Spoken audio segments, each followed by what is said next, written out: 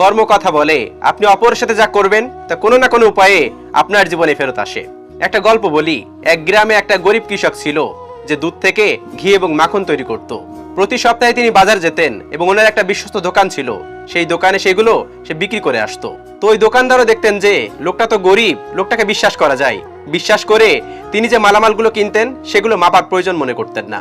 এভাবেই দুজনের মধ্যে একটা বিশ্বস্ততা সম্পর্ক তৈরি হয়ে যায়। তো হঠাৎ দোকানদার একদিন কি মনে হলো, তিনি ভাবলেন ওই মাখনগুলো এবার একদিন মেপে দেখা যাক। তো দোকানদার যখন মাপতে গেল তখন দোকানদার দেখলো যে ওই মাখনগুলো হয় 900 গ্রামের। 100 গ্রাম সেখানে নাই 1 কেজি মাখনের মধ্যে। তো দোকানদার এটা দেখে রেখে গেল এবং পরের সপ্তাহে যখন সেই কৃষক আবার তার দোকানে এলো তখন সেই দোকানদার তাকে বলল, তুমি আর আমার কাছে আসবে না, আমি তোমার সাথে আর কোনো লেনদেন করতে চাই না। আমি আসলে এরকম বেঈমানদের সাথে ব্যবসা করতে চাই না, আমি তোমাকে বিশ্বাস করেছিলাম। তো এটা দেখে কৃষক তো অবাক। তখন কৃষক তাকে জিজ্ঞেস করলো, আপনি আমাকে এটা বলেন যে আপনি আমার সাথে কেন ব্যবসা করতে চান না, আমি আসলে কি অন্যায় করেছি?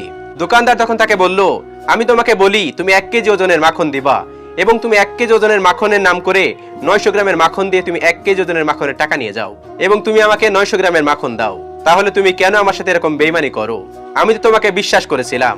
তখন কৃষক খুব হতভম্ব হয়ে সেই দোকানদারকে বলল, ভাই আসলে আমি তো খুব গরিব মানুষ, আসলে মাপ করার জন্য যে পাথর পাওয়া যায় সেগুলো আমি কিনতে পারিনি। তো প্রতি সপ্তাহে বাড়ি ফেরার সময় আমি আপনার দোকান থেকে 1 কেজি করে চিনি নিয়ে যাই এবং সেই চিনিটা দাড়িপাল্লার এক পাশে রাখি আর আমার মাখনটা এক পাশে রাখি। এভাবেই মাপ করে আমি মাখনটি আপনার কাছে সেল করতে আসি। তখন দোকানদার একদম চুপ হয়ে গেলেন। কি বুঝলেন?